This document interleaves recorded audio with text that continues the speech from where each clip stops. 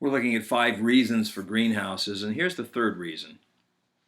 Training and sending leaders from a local church is our history as an Alliance family, and it's the key to our future.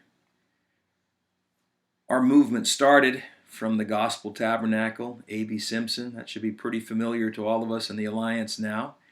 And we know the story about the pastorate that he had with the church in Lower Manhattan, and how he wanted to reach out to the immigrant peoples in that area, and that wasn't something the church was wanting to do. So he had to separate and launch and go off and start something.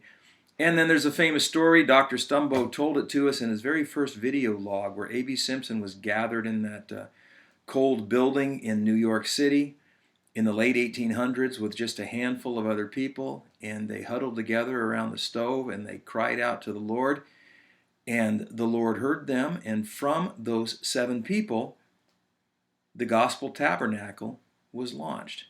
Think about that. Just 7 people. And they started with the mission of doing something right now. They reached out to the unreached people around them, the last, the lost, the least, the overlooked. And those people came to faith, much like the church at Antioch. And as those people came to faith after the Gospel Tabernacle did something, then they began to send them. And now, as we know, the Lord has used the Alliance to send people all over the world, and He's still doing so. So think about it. From that one first gathering of just 6 or 7 people, we now have 25,000 plus churches, over 6 million people all over the world. And as you see here in the pictures, that's the building of the Gospel Tabernacle, still there in central Manhattan. Just a beautiful thing. You know, and I'll sort of joke with people when I present greenhouse training. I'll say this: listen, if your church has more than 7 people, you're ahead of A.B. Simpson and the Gospel Tabernacle when they got started. And I actually believe there's some truth to that God is still in the business of using unlikely people, of misfit people, of misfit churches, because at some level, that's where all of us are. But our willingness to trust Him, our willingness to give ourselves away, our willingness to give our best, our willingness to send leaders as God calls them and not think, oh, they belong to me, but recognize nobody belongs to us. We belong to the Lord. It's not my church, your church. It's His church. And as we get on His agenda, He tends to bless that. So if you're in a humble place in ministry, you're with great company. That's really where the Lord uses people powerfully. So let me ask you to think through a few things that are written here on the screen as well. And if you're in a place where you can discuss that with either other people online, or maybe you're in a small group, we'll figure out a way to have you do that. But here's the questions for discussion. What are other examples of greenhouses?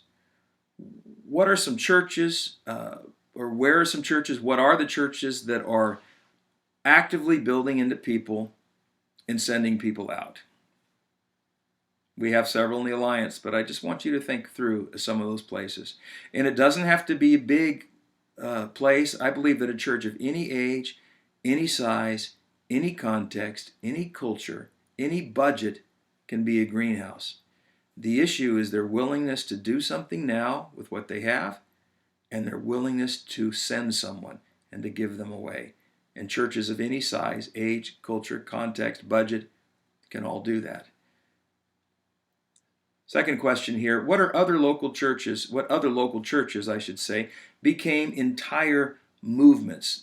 Now, of course, we're in the Alliance, many of us, and so we know that the Gospel Tabernacle became many, many churches, but that's our history. We go back to this one local church that at its beginning was just a couple of people, and then just 7 people, and then it went from there.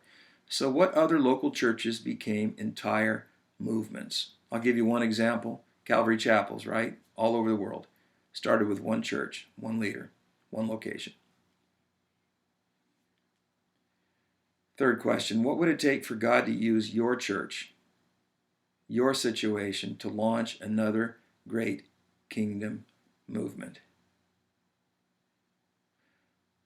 What if God wanted to do one of the great next movements of his kingdom through you and the church that you're in?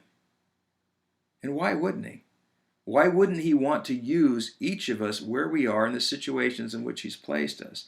Of course, the Lord does what the Lord wants to do, but our willingness to allow him to do that is key. So why not you? Why not the church that you're serving in? If the Lord wants to and chooses to, what would it take for God to use your church to launch another great kingdom movement? Maybe it comes down to, well, I think we need to do something with what we have. That might be a good starting point. Maybe there's churches you can encourage, leaders you can encourage, things that you can do. But anyway, I want you to think about it. I want you to talk about it. And we'll give you some time to do that.